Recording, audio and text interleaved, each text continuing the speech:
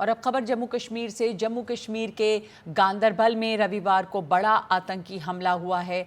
आतंकी हमले में एक डॉक्टर के साथ साथ 7 लोगों की मौत हो गई है और 5 लोग घायल हैं। इसमें माइग्रेंट वर्कर्स हैं, लेबरर्स हैं जो बाहर से आके वहां पे काम करते हैं। सभी घायलों को इलाज के लिए अस्पताल में भर्ती कराया गया है। मृतकों में प्रवासी मजदूर यानी कि माइग्रेंट लेबर शामिल हैं। हमले के तुरंत बाद सुरक्षा बलों ने पूरे इलाके को घेरा है और इलाके में सर्च ऑपरेशन चल रहा है। ये आतंकी हमला जो है वो सुरंग परियोजना की साइट पर हुआ है। जानकारी के मुताबिक मजदूर जब मेस में खाना खा रहे थे तभी आतंकियों ने उन पर अंधाधुंध फायरिंग कर दी, जिसमें कि 7 लोगों की जानें चली गई हैं। सुरक्षा बल इलाके में सर्च ऑपरेशन चला रहे हैं। पुलिस के साथ साथ एनआईए की 4 सदस्यीय टीम भी हमले की जांच करेगी। इस हमले की जिम्मेदारी टीआरएफ ने ली है। आतंकी हमले की जिम्मेदारी जो है वो एक आतंकी संगठन टीआरएफ ने ले ली है। गांदरबल में हुए आतंकी हमले में मारे गए डॉक्टर के घर पे मातम पसरा हुआ है। यहां पर परिवार का गम और भी बड़ा हो जाता है क्योंकि हमले में मारे गए डॉक्टर की बेटी की शादी हुई थी सिर्फ 4 दिन पहले।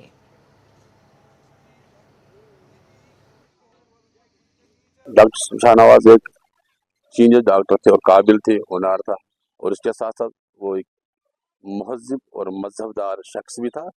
डॉक्टर साहब की कल खबर जो ही इलाके में फैल गई तो मातम बरपा गया। रात लोग नींद सोए गए। अभी भी थोड़े लोग अभी इस गगनगीर गांदरबल में है कि ये उल्फत और ये प्यार देखकर अभी भी लोग घरों में सहम गए। थोड़े लोग घरों से बाहर हैं और मेरे कजिन भी लग रहे हैं। तो हम पर एक कयामत बर पड़ी। मैं पाकिस्तान के हुक्मरानों से ये कहना चाहता हूँ, अगर वो सचमुच हिंदुस्तान से दोस्ती चाहते हैं तो फिर ये बंद कीजिए। कश्मीर पाकिस्तान नहीं बनेगा, नहीं बनेगा, नहीं बनेगा। हमें मेहरबानी करके इज्जत से रहने दीजिए, तरक्की करने दीजिए। तब तक आप ये हम लोगों को मुसीबत में डालते रहेंगे। ये दुखद घटना है और जो अब किस प्रदेश से थे, कहाँ से थे, ये तो दूसरी बात है, लेकिन जो यहाँ पर अपनी रोजी रोटी कमाने के लिए आए हुए हैं उन पर इस प्रकार से करना गलत है। इस पर एक नई रणनीति तैयार करने की जरूरत है। सुरक्षा बल अच्छा काम कर रहे हैं, तभी तो पहले से वातावरण बहुत अच्छा हुआ है, शांति व्यवस्था बनी है। मुझे लगता है जल्द ही इनको मार गिराएंगे और छोड़ेंगे नहीं, और आइंदा इस प्रकार से भी कोई घटना नहीं होगी। और इस पर बातचीत करने के लिए मेरे साथ जुड़ गए हैं रक्षा मामलों के जानकार और जो कश्मीर के इलाके को बहुत अच्छी तरह से जानते हैं, लेफ्टिनेंट जनरल अता हसनैन, और साथ ही हमारे साथ जुड़ रहे हैं सैयद जुनैद हाशमी, कश्मीर में वरिष्ठ पत्रकार हैं। इस वक्त लेकिन हम 2 मिनट आपको रोक रहे हैं और सीधे चलते हैं एनडीटीवी वर्ल्ड समिट पे और सुनते हैं वहाँ पे विलियम डालरम्पल मौजूद हैं। वापस लौटूंगी आपके पास लेफ्टिनेंट जनरल अता हसनैन और Syed Junaid Hashmi. By them on through Gwalior and through early inscriptions in northern India to the Arab world. Here's the map we should all know in our schools. It's the numbers we all use today and 0 pass from Brahmi to the Gwalior inscription I just showed you, and then inform modern Devanagari, the Arabic script still in use in Saudi Arabia and Iraq, and the Western Arabic numbers formed in Morocco and Spain, which become the modern European numbers today. In Europe and America, we call them Arabic numbers because the Europeans got them from the Arabs, but the Arabs got them from India. They passed through the Barmakids, who were previously Buddhist abbots in Afghanistan. They convert to Islam, take over as viziers in Baghdad, and then they send to India for the works of Brahmagupta and Aryabhatta, which turn up in the 770s. These spread through the Arab world via the translations of Al-Khwarizmi, who writes a book called the Compendious Book of Calculating by Completion and Balancing according to Hindu calculation. That book is known simply as Al-Jabr, from which we get the word algebra. The name of the translator, Al-Khwarizmi, gives us our तो वापस जाएंगे हम William डालरम्पुल को सुनेंगे, लेकिन पहले बात करते हैं कश्मीर की। हमारे साथ लेफ्टिनेंट जनरल अता हसनैन जुड़े हैं। लेफ्टिनेंट जनरल अता हसनैन, हमने फारूक अब्दुल्ला को भी सुना और वो ये कह रहे हैं साफ पाकिस्तान नहीं बनेगा कश्मीर, और ये पाकिस्तान को संदेश है कि अगर आप दोस्ती करना चाहते हैं तो ये नहीं चलेगा, इसे बंद कीजिए। तो ये बहुत साफ है कि जो ये हमला है वो भारत के विकास और कश्मीर में जो इंफ्रास्ट्रक्चर का डेवलपमेंट है उस पर है, क्योंकि माइग्रेंट लेबरर्स को टारगेट किया जा रहा है, टनल बन रहा है, उस साइड पे हमला है। मेरा कुछ थोड़ा सा बरखलाफ एनालिसिस का असेसमेंट है। सबसे पहली चीज है अहमियत। मैं समझता हूं पाकिस्तान अपनी अहमियत बनाना चाहता है और समझ रहा है कि क्योंकि भारत ने इतना सक्सेसफुल इलेक्शन, पीसफुल इलेक्शन किया है और एक सरकार, डेमोक्रेटिकली इलेक्टेड सरकार जगह पर आ गई है, उसकी अहमियत कम हो गई है। ये हम देख रहे हैं कि 5 अगस्त 2019 के बाद पिछले 5 साल से ये लगातार जो है इनकी अहमियत जो है यहां पर कम हुई है। तो उसकी वजह से कुछ ना कुछ ऐसी हरकत करें जिससे कि वो अहमियत बढ़ाएं, जिससे कि मतलब ये है कि जिस दिन इलेक्शन का रिजल्ट भी घोषित हो रहा था उस दिन भी एक छोटा इंसिडेंट किया था, उसके बाद एक माइग्रेंट लेबर के साथ किया था, मगर वो समझते हैं कि शायद ये जो इंसिडेंट्स हैं इससे ये काफी नहीं है वो बात पहुंचाने के लिए कि पाकिस्तान की अभी भी अहमियत यहां कश्मीर में बनी हुई है। वो चाहते हैं कि कोई बड़ा एक्शन हो। ये आउटलाइंग एरिया है जोजिला का एरिया, जो जेड मोड का जो टनल जहां पर बन रहा है। इसी तरह से इंफ्रास्ट्रक्चर के प्रोजेक्ट और भी हैं, किशनगंगा के ऊपर है, उड़ी 1, उड़ी 2 है, बरकरार मतलब वाइड स्प्रेड इलाकों के अंदर हैं ये। और ये इलाकों में शायद ये परसेप्शन है कि शायद सिक्योरिटी कुछ हद तक कम होगी, उसके वजह से उन्होंने इस जगह पर छापा मारा है और यहां पर ये इंसिडेंट हुआ है। और ये जो एक आतंकी संगठन है जो इसकी जिम्मेदारी ले रहा है TRF, वो क्या है? कुछ सोर्सेस से ये भी खबर आ रही है कि ये लश्कर और जैश के ज़रिए एक बार फिर से ये कार्रवाई की जा रही है इस तरह की।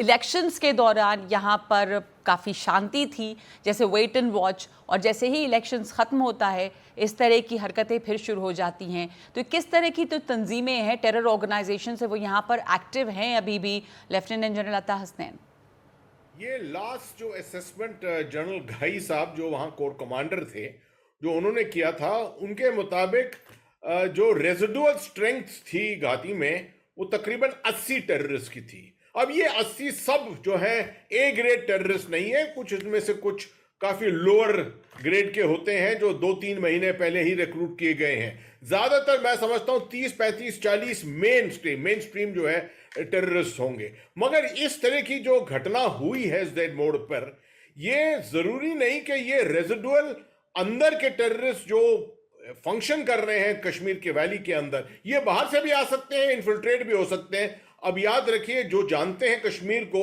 जेड मोड एक ऐसे कोने पर है कि यहां पर 2 जरिए हैं पहुंचने के। एक आप मशको से, कारगिल की तरफ से मशको वैली से भी आ सकते हैं, आप गुरेज वैली से भी आ सकते हैं, और दोनों रास्ते जो हैं इनके ऊपर पहरा तो बहुत जमा हुआ है, मगर इन्फिल्ट्रेशन जो है वो हर समय वो मौजूद हो सकता है। जी, यहाँ पे हमने फारूक अब्दुल्ला का सुना, सैयद जुनैद हाशमी, और बहुत क्लियर मैसेज दे रहे हैं। नई सरकार अभी अभी बनी है, गांदरबल में ये हमला, जो उनका कहना है कि पाकिस्तान नहीं बनेगा कश्मीर, एक क्लियर पॉलिटिकल मैसेज भी दिया जा रहा है। पर एक बड़ी चुनौती है नई सरकार के लिए इन चीज़ों को काबू में रखना। इलेक्शंस ख़त्म हुए हैं इतने सालों के बाद, वहाँ पर एक चुनी हुई सरकार आई है। बिल्कुल, डॉक्टर फारूक अब्दुल्ला ने बयान दिया है और पाकिस्तान को कहा है कि ऐसी हरकतें ना करें। लेकिन नगमा जी, एक सबसे इम्पोर्टेंट चीज़ जो देखने को मिली है वो ये है कि प्रवासी मजदूरों को निशाना बनाया जा रहा है, और यहाँ पर भी जो मेरी जानकारी है उसके मुताबिक निशाना प्रवासी मजदूर ही थे। लेकिन जब आप आतंकियों ने गोलियां चलाई, उसके बाद जब नाम बाहर आए किस किस का नाम, कौन कौन लोग थे, तो फिर उसके बाद पता चला कि नहीं, घाटी के लोग भी इसमें इन्वॉल्व थे। इससे पहले आपने देखा होगा कि राजौरी और पुंछ में स्नाइपर अटैक्स हुए बहुत सारी जगहों पर, वहां पर भी क्लियर निशाना था कि फौज को निशाना बनाना है, और फौज को निशाना बनाया गया। अब एक लोकतांत्रिक सरकार तो आ गई है। इस लोकतांत्रिक सरकार के आने के बाद ये जो आतंकी हमला है, अल्पसंख्यक समुदाय को निशाना बनाना, ये साफ तौर पर पूरी कोशिश है कि जो चुनाव के नतीजे आए हैं, जिन नतीजों से साफ तौर पर ये नजर आ रहा है कि जम्मू कश्मीर दो भागों में बटा हुआ है। एक भाग जहां हिंदू मेजॉरिटी है और वहां पर भारतीय जनता पार्टी ने कामयाबी हासिल की है, और दूसरा भाग जहां पर मुसलमानों ने कंसोलिडेट होकर एक पॉलिटिकल पार्टी को वोट दिया है। अब इसी फॉल्ट लाइन को किसी तरीके से इस फॉल्ट लाइन का पूरा इस्तेमाल किया जाए बड़े पैमाने पर जम्मू संभाग को, क्योंकि कुछ भी घाटी में होगा, अल्पसंख्यक समुदाय कभी भी टारगेट हुआ है तो उसका रिस्पॉन्स, उसका रिएक्शन जम्मू के 10 जिलों में देखने को मिलता है। तो जी। कोशिश पूरी ये है कि कम्युनली इस पूरे इलाके को, क्योंकि टारगेट आप ये समझ लें कि अगर राजौरी में आप अटैक कर रहे हैं, आप डांगरी में अटैक कर रहे हैं, आप पुंछ में अटैक कर रहे हैं, तो आपका निशाना जम्मू संभाग है।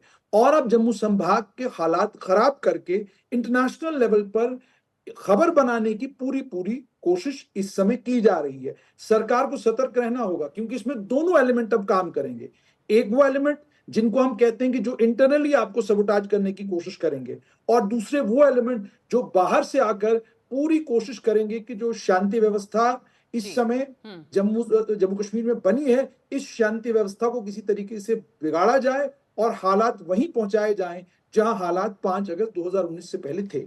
तो लेफ्टिनेंट जनरल अता हसनैन, जो सैयद जुनैद हाशमी कह रहे हैं, उस फॉल्ट लाइन को लेकर आपकी क्या एनालिसिस है कि क्या ये फॉल्ट लाइन एग्जिस्ट कर रही है? जिस तरह पहले हमने देखा था चुनावों के पहले कि जम्मू संभाग में काफ़ी आतंकी हमले हुए थे और उस वक्त वहाँ पर सुरक्षा व्यवस्था पे सवाल उठ रहे थे कि क्या वहाँ ढिलाई बरती गई। अब यहाँ पे घाटी में एक बार फिर माइग्रेंट लेबरर्स को जैसे पहले टारगेट किया जा रहा था, संदेश है कि बाहर से आए हुए लोगों को टारगेट करें, इंफ्रास्ट्रक्चर डेवलपमेंट ना हो। बट क्या ये फॉल्ट लाइन जो डिवीजन दिखा इलेक्शन के दौरान, उसको भी इस्तेमाल किया जा रहा है?